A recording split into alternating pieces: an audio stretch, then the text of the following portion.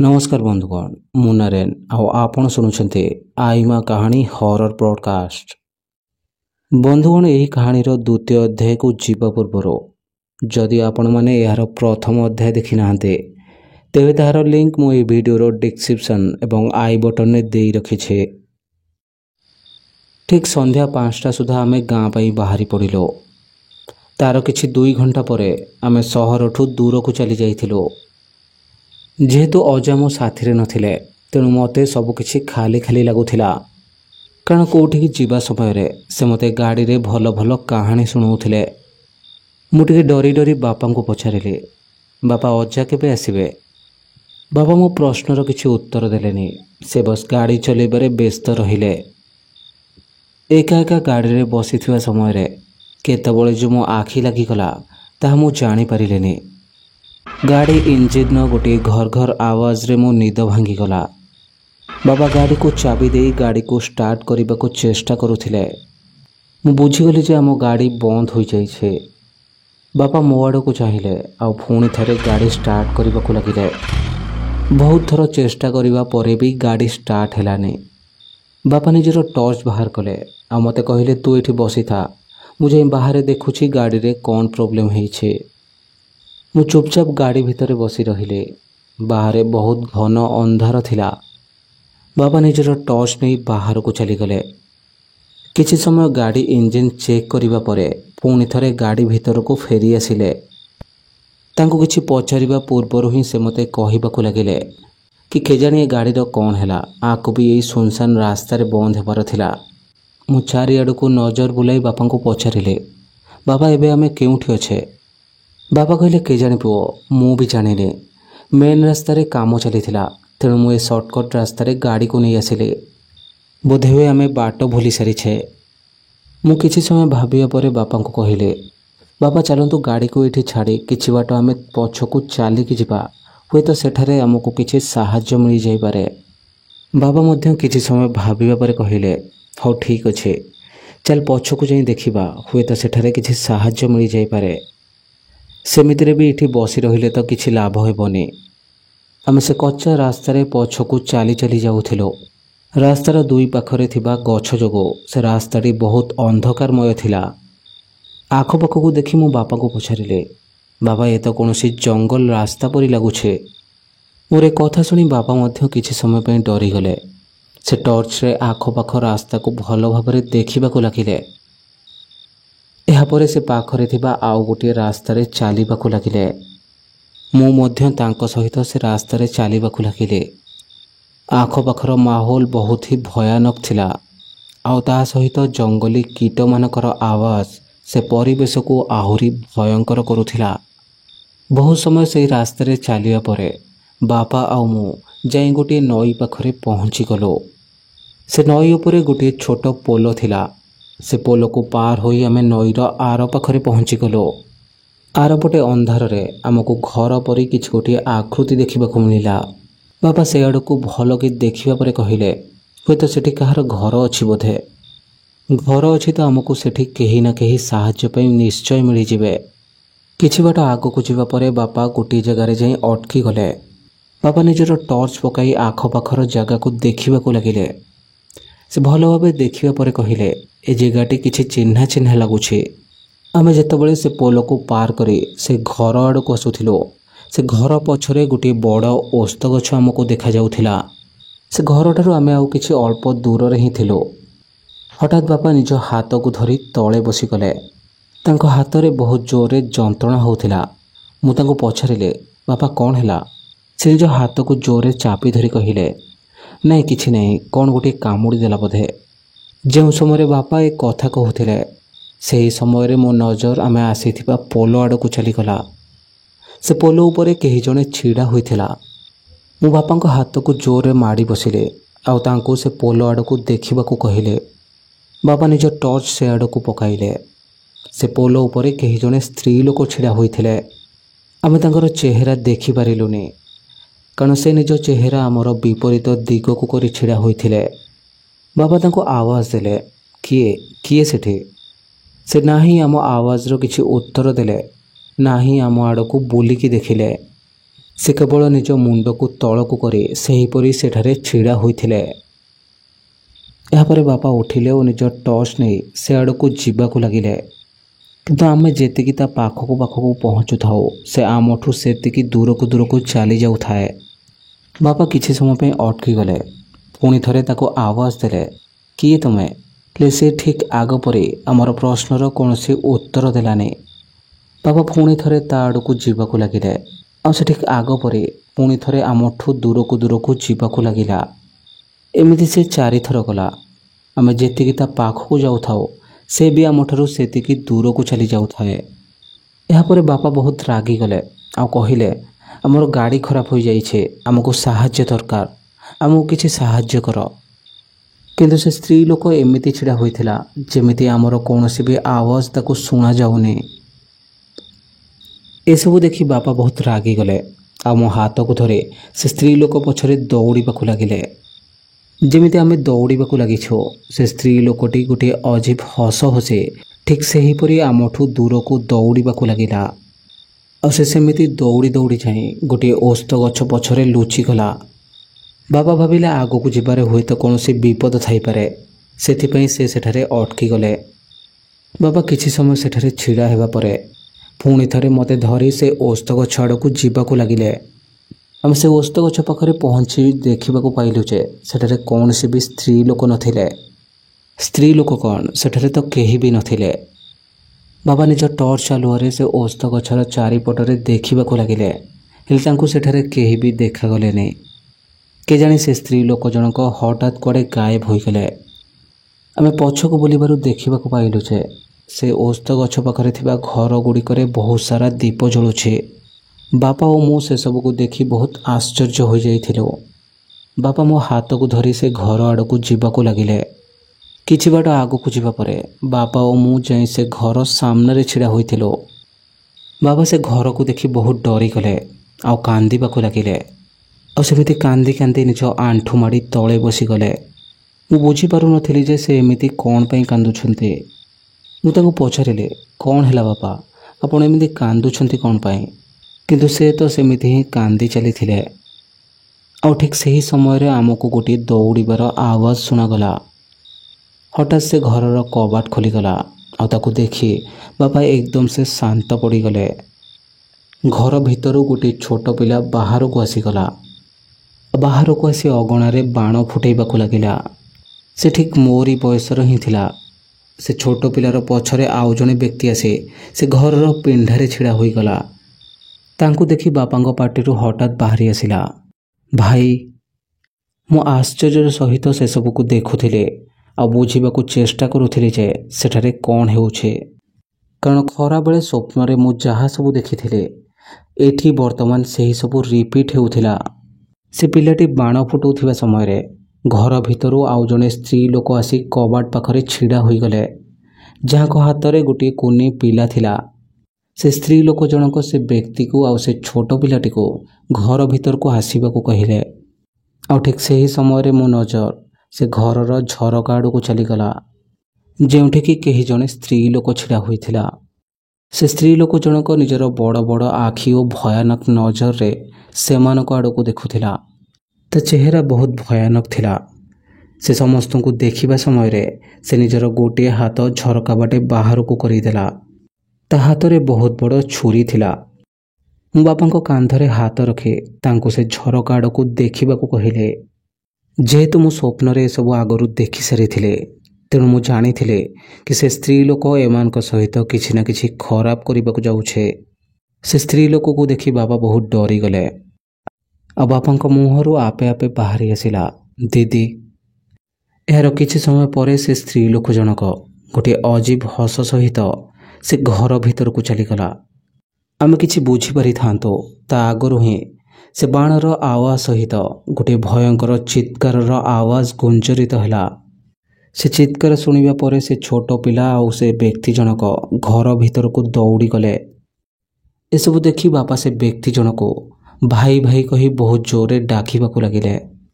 କବାଟ ବନ୍ଦ ହେବା କ୍ଷଣି ବାପା ସେ କବାଟ ଆଡ଼କୁ ଦୌଡ଼ିବାକୁ ଲାଗିଲେ। ତାଙ୍କର ସେ ରୂପ ଦେଖି ମୁଁ ବହୁତ ଡରିଗଲି ଆଉ ପାଖରେ ଥିବା ତୁଳସୀ ଚଉରା ମୂଳେ ଲୁଚିଗଲି। ସେ ଚିତ୍କାରର କିଛି କ୍ଷଣ ପରେ ଆଉ ଗୋଟିଏ ଚିତ୍କାର ମୋତେ ଶୁଣାଗଲା। ବାବା ସେ ଘର ଭିତରକୁ ଚାଲିଗଲେ। ଆଉ କିଛି କ୍ଷଣ ପରେ ସବୁକିଛି ଶାନ୍ତ ପଡ଼ିଗଲା। ମୁଁ ସେମିତି ସେ ଚଉରା ମୂଳେ ଲୁଚି ବାପାଙ୍କୁ ଅପେକ୍ଷା କରିଥିଲି କି ସେ କେତେବେଳେ ସେ ଘର ଭିତରୁ ବାହାରକୁ ଆସିବେ। କିନ୍ତୁ ବହୁତ ସମୟ ବିତିଗଲା ପରେ ବି ସେ ବାହାରକୁ ଆସିଲେନି। ସେ ଶାନ୍ତ ପରିବେଶ ଭିତରେ ମୋତେ ହଠାତ୍ ଗୋଟିଏ ଛୋଟ ଛୁଆର କାନ୍ଦିବାର ହାଲକା ହାଲକା ଆୱାଜ ଶୁଣାଗଲା। ହୁଏତ ଏହା ସେହି ଛୋଟ ପିଲାର କାନ୍ଦିବାର ସ୍ୱର ଥିଲା। ତା କାନ୍ଦିବାର ସ୍ୱର ଶୁଣି ମୁଁ ନିଜକୁ ଅଟକେଇ ପାରିଲିନି। ଆଉ ମୁଁ ଯେମିତି ଟାଣି ହୋଇ ସେ ଘର ଆଡ଼କୁ ଯିବାକୁ ଲାଗିଲି। ଘରଟିର କବାଟ ଆଗରୁ ହିଁ ଖୋଲା ଥିଲା। ମୁଁ ସ୍ୱପ୍ନରେ ସେ କବାଟ ପାଖରେ ଗୋଟିଏ ଲାଶ ପଡ଼ିଥିବାର ଦେଖିଥିଲି। ତେଣୁ ମୋ ନଜର ଆପେ ଆପେ ସେ ଆଡ଼କୁ ଚାଲିଗଲା। ଆଉ ସେଠାରେ ସତକୁ ସତ ଜଣେ ବ୍ୟକ୍ତିଙ୍କର ଲାଶ ପଡ଼ିଥିଲା। ମୁଁ ସେଠାରୁ ନିଜ ନଜର ହଟେଇ ଆଗକୁ ଯିବାକୁ ଲାଗିଲି। ଏବେ ସବୁକିଛି ଠିକ୍ ସେହିପରି ହେଉଥିଲା ଯେପରି ମୁଁ ମୋ ସ୍ୱପ୍ନରେ ଦେଖିଥିଲି। ମୋ ସାମ୍ନାରେ ଏବେ 3ଟି କକ୍ଷ ଥିଲା। ସେ ପ୍ରଥମ କକ୍ଷର ସାମ୍ନାକୁ ଯିବାରୁ ହଠାତ୍ ସେ ତା କବାଟ ଖୋଲିଗଲା। ସେଠାରେ ସେ ଛୋଟ ପିଲାଟିର ମାଙ୍କ ଲାଶ ପଡ଼ିଥିଲା। ଏହାପରେ ମୁଁ ଦ୍ୱିତୀୟ କକ୍ଷ ଆଗକୁ ଗଲି। ସେଠାରେ କିଛି ବି ନଥିଲା। ମୁଁ ଭାବିବାକୁ ଲାଗିଲି କି ମୁଁ ତ ସେଠାରେ ସେ ଛୋଟ ପିଲାଟିର ଲାଶ ଦେଖିଥିଲି। କିନ୍ତୁ ଏବେ ସେ ଘର ଖାଲି ଥିଲା। ହେଲେ ସେ ଘର ଭିତରେ ବାପା କେଉଁଠି ଥିଲେ ମୁଁ ଜାଣିପାରୁନଥିଲି। ସେ ଘର ଭିତରକୁ ଆସି ତ ଥିଲେ, ହେଲେ ମୁଁ ତାକୁ କେଉଁଠି ବି ଦେଖିବାକୁ ପାଉନଥିଲି। ଶେଷରେ ମୁଁ ସାହସ କରି ସେ ତୃତୀୟ କକ୍ଷ ପାଖକୁ ଚାଲିଗଲି। ଠିକ୍ ଯେମିତି ମୁଁ ଆଗରୁ ସ୍ୱପ୍ନରେ ଦେଖିଥିଲି, ଠିକ୍ ସେହିପରି ସେ ତୃତୀୟ କକ୍ଷ ଭିତରୁ ସେ ଛୋଟ ଛୁଆଟିର କାନ୍ଦିବାର ସ୍ୱର ଶୁଣାଯାଉଥିଲା। ମୁଁ ଜାଣିଥିଲି ସେ କକ୍ଷର କବାଟ ଆପେ ଆପେ ଖୋଲିବନି। ସେଥିପାଇଁ ମୁଁ ସେ କବାଟ ଫାଙ୍କରେ ସେ କକ୍ଷ ଭିତରକୁ ଦେଖିବାକୁ ଲାଗିଲି। ଆଉ ତା ଭିତରେ ଯାହା ମୁଁ ଦେଖିଲି, ମୋ ଲୋମମୂଳ ସବୁ ଟାଙ୍କୁରି ଉଠିଲା। ମୁଁ ଡରି ଯାଇ ପଛକୁ ଫେରି ଆସିଲି, କାରଣ ଠିକ୍ ମୋ ପରି ସେ ଘର ଭିତରୁ ବି ମୋତେ କେହି ଜଣେ ଦେଖୁଥିଲା। ମୁଁ ନିଜକୁ ସମ୍ଭାଳି ସେଠାରୁ ଚାଲି ଆସିଥାନ୍ତି, ତା ପୂର୍ବରୁ ହିଁ ସେ ଘରର କବାଟ ଖୋଲିଗଲା। ସେ ସ୍ତ୍ରୀ ଜଣକ ଠିକ୍ ମୋ ସାମ୍ନାରେ ଛିଡ଼ା ହୋଇଥିଲେ। ସେହି ଘରର ଗୋଟିଏ ଅନ୍ଧାର କୋଣରେ କେହି ଜଣେ ବ୍ୟକ୍ତି ପଡ଼ିଥିଲେ। ସେ ମଧ୍ୟ ସେଠାରେ ପଡ଼ି ସେହିପରି କାନ୍ଦୁଥିଲା। ମୁଁ ଟିକେ ଭଲରେ ଦେଖିବାରୁ ଜାଣିବାକୁ ପାଇଲି କି ସେ ତ ମୋ ବାପା ଥିଲେ। ସେ ସ୍ତ୍ରୀ ଜଣକ ମୋତେ ଟାଣି କରି ସେ ଘର ଭିତରକୁ ନେଇଗଲେ। ମୋ ପାଟିରୁ ସେତେବେଳେ କଥା ବାହାରୁ ନଥିଲା। ଆଉ ଯଦି ବାହାରୁ ବି ଥାନ୍ତା, ମୁଁ ଡାକିଥାନ୍ତି ତ କାହାକୁ ଡାକିଥାନ୍ତି? ଏବେ ଆମ ସାହାଯ୍ୟ ପାଇଁ ସେଠାରେ କେହି ବି ନଥିଲେ। କିନ୍ତୁ ମୋତେ ଗୋଟିଏ କଥା ଆଶ୍ଚର୍ଯ୍ୟ ଲାଗୁଥିଲା। ପୂର୍ବରୁ ମୁଁ ଦେଖିଥିବା ମୋ ସ୍ୱପ୍ନ ପରି ସେଠାରେ କୌଣସି ବି ଛୋଟ ପିଲା ନଥିଲା। ସେ ସ୍ତ୍ରୀ ଜଣକ ମୋ ବେକକୁ ଚିପିବାକୁ ଲାଗିଲା। ମୁଁ ଯନ୍ତ୍ରଣାରେ ଛଟପଟ ହେବାକୁ ଲାଗିଲି। ଅଚାନକ ସେ ସ୍ତ୍ରୀ ଲୋକକୁ କ'ଣ ହେଲା କେଜାଣି, ସେ ମୋତେ ତା କୋଳକୁ ନେଇଗଲା। ନିଜ ମୁଣ୍ଡ ତଳକୁ କରି କିଛି ଗୋଟିଏ ଗୁଣୁ ଗୁଣୁ ହେବାକୁ ଲାଗିଲା। ବୋଧହୁଏ ସେ କୌଣସି ମନ୍ତ୍ର ବୋଲୁଥିଲା। ମୋ ବାପାଙ୍କ ଆଡ଼କୁ ମୋ ହାତ ବଢ଼ାଇଲି, ହେଲେ ସେ ମୋ ଆଡ଼କୁ ଦେଖୁ ବି ନଥିଲେ। ସେ ବସ୍ ଗୋଟିଏ ଜାଗାରେ ପଡ଼ି ଥରୁଥିଲେ। ସେ ମୋ ଆଡ଼କୁ ଆସିବାକୁ ଚେଷ୍ଟା କରୁଥିଲେ, କିନ୍ତୁ ସେ ଜାଗାରୁ ସେ ହଲି ପାରୁନଥିଲେ। ମୁଁ ତାଙ୍କର ଏ ହାଲତ ଦେଖି କାନ୍ଦିବାକୁ ଲାଗିଲି। ଆଉ ଠିକ୍ ସେତିକିବେଳେ ସେ ସ୍ତ୍ରୀ ରୂପୀ ଡାହାଣୀଟି ମୋ ପାଟିରେ ତାର 2ଟି ଯାକ ଆଙ୍ଗୁଠି ପୂରାଇ ଦେଲା। ଯେମିତି ସେମିତି ଭାବରେ ମୁଁ ତା ହାତକୁ ନିଜ ପାଟିରୁ ବାହାର କରି ଉଠି ଛିଡ଼ା ହୋଇଗଲି। ସେ ସ୍ତ୍ରୀ ଲୋକଟି ଗୋଟିଏ ଅଜୀବ ହସ ହସି ମୋତେ ନିଜ ଆଡ଼କୁ ଟାଣିବାକୁ ଲାଗିଲା। ମୁଁ ମଧ୍ୟ ନିଜର ସମସ୍ତ ବଳ ଖର୍ଚ୍ଚ କରି ସେ ଝରକାର ରଡ଼୍ଟିକୁ ମାଡ଼ି ବସିଥିଲି। କେଜାଣି କେମିତି ହଠାତ୍ ମୋ ପାଟିରୁ ଗୋଟିଏ ଡାକ ବାହାରିଗଲା, ଅଜା। ସେ ଡାକ ଶୁଣି ସେ ଡାହାଣୀ ଆହୁରି ଜୋରରେ ହସିବାକୁ ଲାଗିଲା। ମୁଁ ଝରକା ବାଟେ ସେ ନଈ ଆଡ଼କୁ ଦେଖିବାରୁ ସେ ନଈରୁ ଗୋଟିଏ ଉଜ୍ଜଳ ଆଲୋକ ଉଠି ବାହାରକୁ ଆସୁଥିଲା। ହେଲେ ତାହା କ'ଣ ଥିଲା ମୁଁ ଠିକ୍ ସେ ଦେଖିପାରିଲିନି, କାରଣ ସେ ସ୍ତ୍ରୀ ଲୋକ ରୂପୀ ଡାହାଣୀଟି ମୋତେ ତା ଆଡ଼କୁ ଟାଣି ନେଲା। ସେ ତାର ଗୋଟିଏ ହାତରେ ମୋତେ ଧରି ନେଲା ଓ ଅନ୍ୟ ହାତର 2ଟି ବଡ଼ ବଡ଼ ଆଙ୍ଗୁଠି ମୋ ପାଟି ଭିତରେ ପୂରେଇବାକୁ ଲାଗିଲା। ହୁଏତ ସେ ମୋ ପାଟି ଭିତରେ ଆଙ୍ଗୁଠି ପୂରେଇ ମୋ ତଣ୍ଟିକୁ କଣା କରିବାକୁ ଚାହୁଁଥିଲା।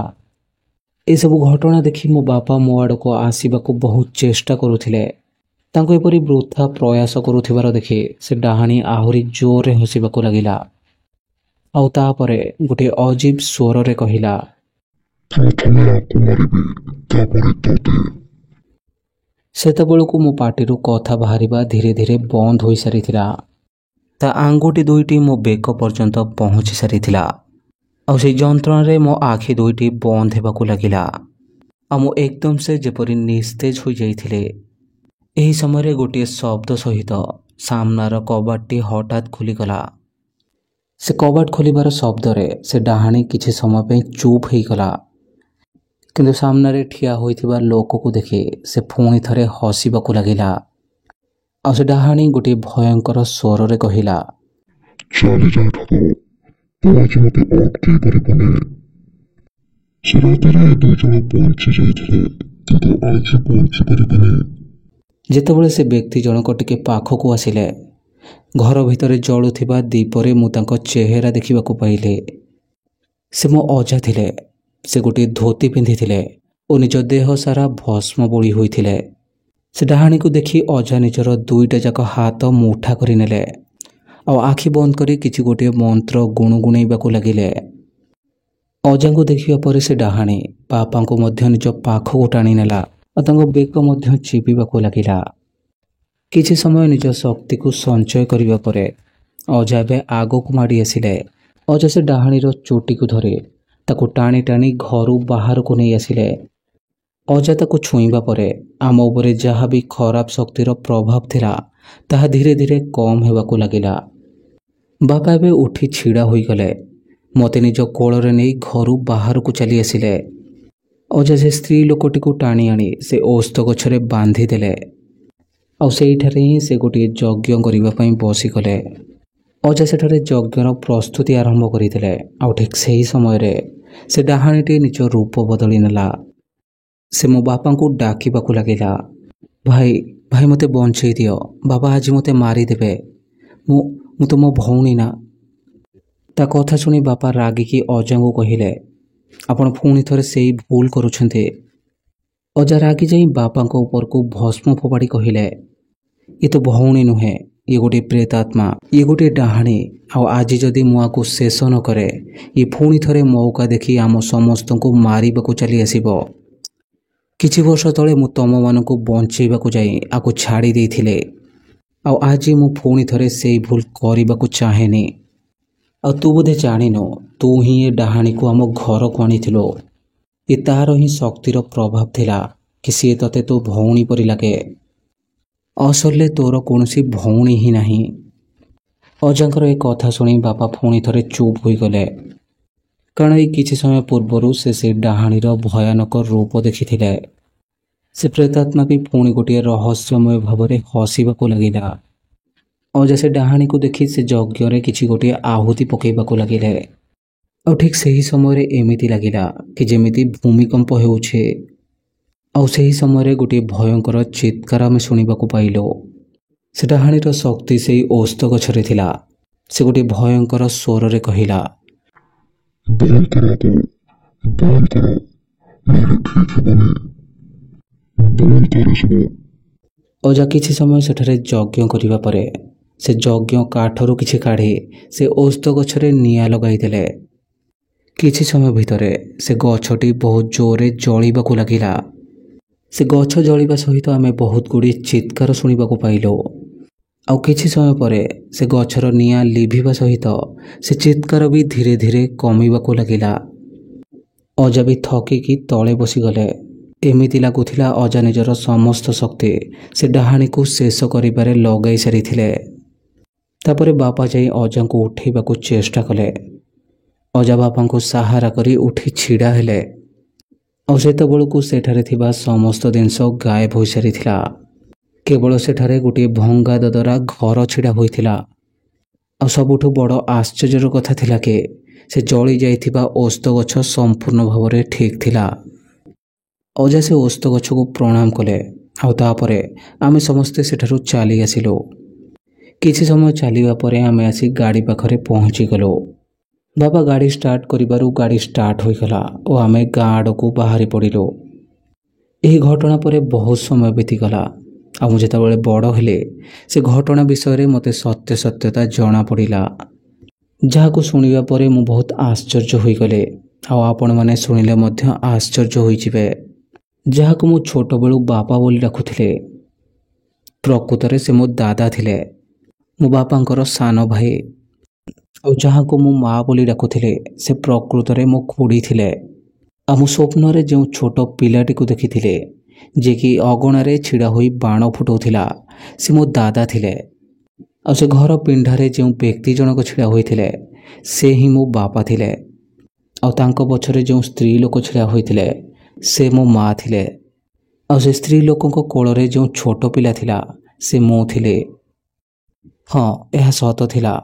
ମୋ ଦାଦାଙ୍କ ପାଇଁ ହିଁ ସେ ଡାହାଣୀ ଆମ ଘରେ ପ୍ରବେଶ କରିଥିଲା। ଆଉ ତାଙ୍କୁ ସବୁବେଳେ ଲାଗୁଥିଲା କି ସେ ତାଙ୍କ ଭଉଣୀ।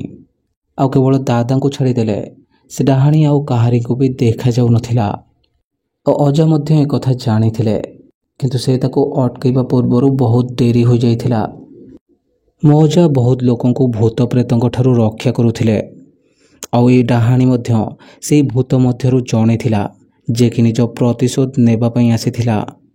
ଅଜା ଯେଉଁ ଓସ୍ତ ଗଛକୁ ପୂଜା କରୁଥିଲେ ସେ ଆସି ସେଇ ଓସ୍ତ ଗଛକୁ ହିଁ ନିଜ ଘର କରିନେଲା। ଅଜା ସେତେବେଳକୁ ଏ ବିଷୟରେ ଜାଣିନଥିଲେ। ଶେଷରେ ସେଇ ଓସ୍ତ ଗଛର ଗୋଟିଏ ପତ୍ର ଅଜା ଏ ବିଷୟରେ ଅବଗତ କରାଇଥିଲା।